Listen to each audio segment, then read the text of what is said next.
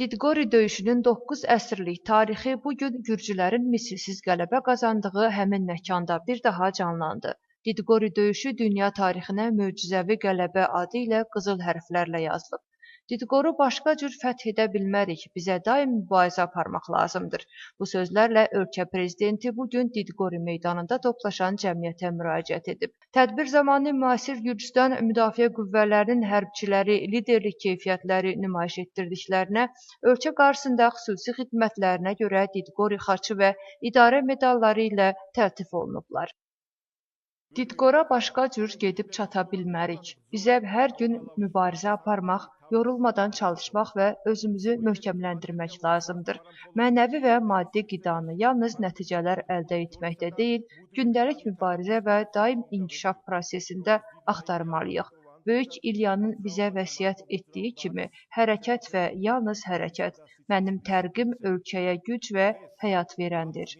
Bugün bu müqəddəs torpaqda dayanaraq Didqorunun zəfərini yaradan müqəddəs Çar 4-cü David Ağmaşenebeli və öz qanları bahasına möhtəşəm qələbəni qazanan qəhrəman əcdadlarımızın xatirəsi qarşısında baş əyirik. Didqori meydanında qazanılan möhtəşəm qələbə hər bir Didqor döyüşçüsünün dönməzliyi ilə yanaşı ilk növbədə Çar Davidin müdrik və uzaqgörən siyasətinin nəticəsi idi. David Ağmaşenebeli ölkənin birləşdirilməsinə, dövlət institutlarının qurulması, ordunun islahatı, milli birliyin möhkəmləndirilməsi, kilsə ilə dövlətin sıx əməkdaşlığının təmin edilməsi, xalq arasında mənəvi və əxlaqi dəyərlərin gücləndirilməsi ilə başladı. Müqəddəs Çar David özünün misilsiz sərkərdəlik istedadını, dövlətçilik baxışını və daxili mənəvi möhkəmliyini vətənin, dilin və inancın möhkəmləndirilməsinə həsr etdi. Məhz bu güclü təməllər üzərində Gürcüstanı inkişafın tamamilə yeni mərhələsinə keçirən qələbə mümkün oldu. Rəsmi hissədən sonra Didqoroba bayramı ənənəvi olaraq Fövqəladə bələdiyyələrinin etnogüşələrinin təqdimatına həsr olunub.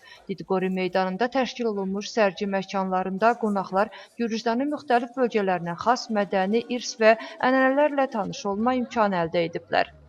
Düz 905 il öncə Gürcüstan övladları mümkünsüz döyüşdə qələbə əldə etdilər. Bizim üçün bu gün fərəhli bir gündür. Qürurlanırıq. Ənənəvi olaraq Marneulini burada bir güşə kimi təmsil edirik. Fürsətdən istifadə edərək Ümumgürcüstanı bu qalibiyyət münasibətilə təbrik edirəm. Gürcüstan misilsiz qalibiyyətə imza atdı. Biz bu hadisəyə görə hər zaman fəxr edirik. Biz bugün nə edirik? Bizim keçmişimizi necə dəyərləndirdiyimizi gələcək nəslin görməsini istəyirik. Onlar da gələcəkdə bizim ata-babalarımızın bu qalibiyyətini qeyd etməlidirlər.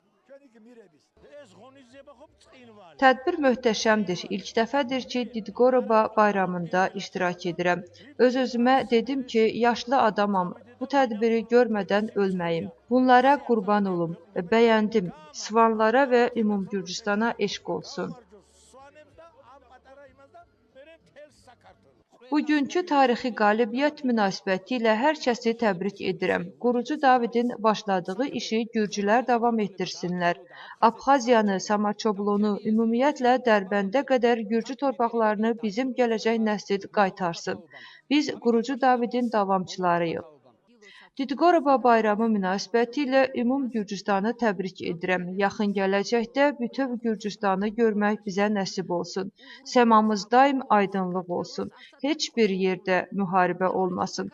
Əsas da bizim Gürcüstanımızda. Bayram tədbiri çərçivəsində Gürcü güləşi və qol güləşi üzrə keçirilən yarışların qalibləri müəyyənləşib. Yerli folklor və rəqs ansambllarının iştirakı ilə isə teatral səhnələşdirilmiş tamaşa təqdim olunub. Didqoroba hər il avqustun 12-sində keçirilir. 1121-ci ildə qurucu Davidin rəhbərliyi ilə Didqori döyüşündə Gürcüstanın qazandığı qələbəyə həsr olunur. Qardabani Polis İdarəsinin əməkdaşları küllü miqdarda vəsaiti dələduzluq yolu ilə ələ keçirməyə görə axtarışda olan şəxsi saxlayıblar. İstintaqın məlumatına görə saxlanılan şəxs 2025-ci ildə vətəndaşa məxsus 2 milyon 741 min lari dəyərində daşınmaz əmlakı dələduzluq yolu ilə mənimsəyib.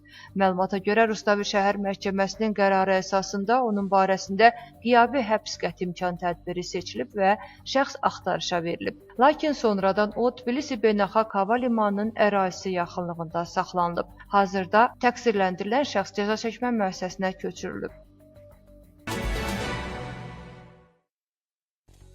Gürcüstan Maliyyə Nazirliyinin istintaq xidməti qeydiyyatdan keçməmiş virtual aktiv xidmətləri provayderinin menecerini saxlayıb. İstintaqın məlumatına görə təqsirləndirilən şəxs Gürcüstan Milli Bankında qeydiyyatdan keçmədən 10 milyonlarla dollar dəyərində kriptovalyuta əməliyyatları, o cümlədən kriptovalyuta ilə nəqd pulun konvertasiyasını həyata keçirib.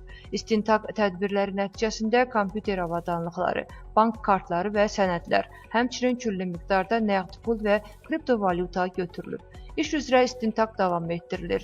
Sözü gedən cinayətə görə 3 ildən 5 ilədək azadlıqdan məhrum etmə cəzası nəzərdə tutulur. Bununla yanaşı istintaq cinayətdə mümkün digər iştirakçıların müəyyənləşdirilməsi istiqamətində də davam etdirilir.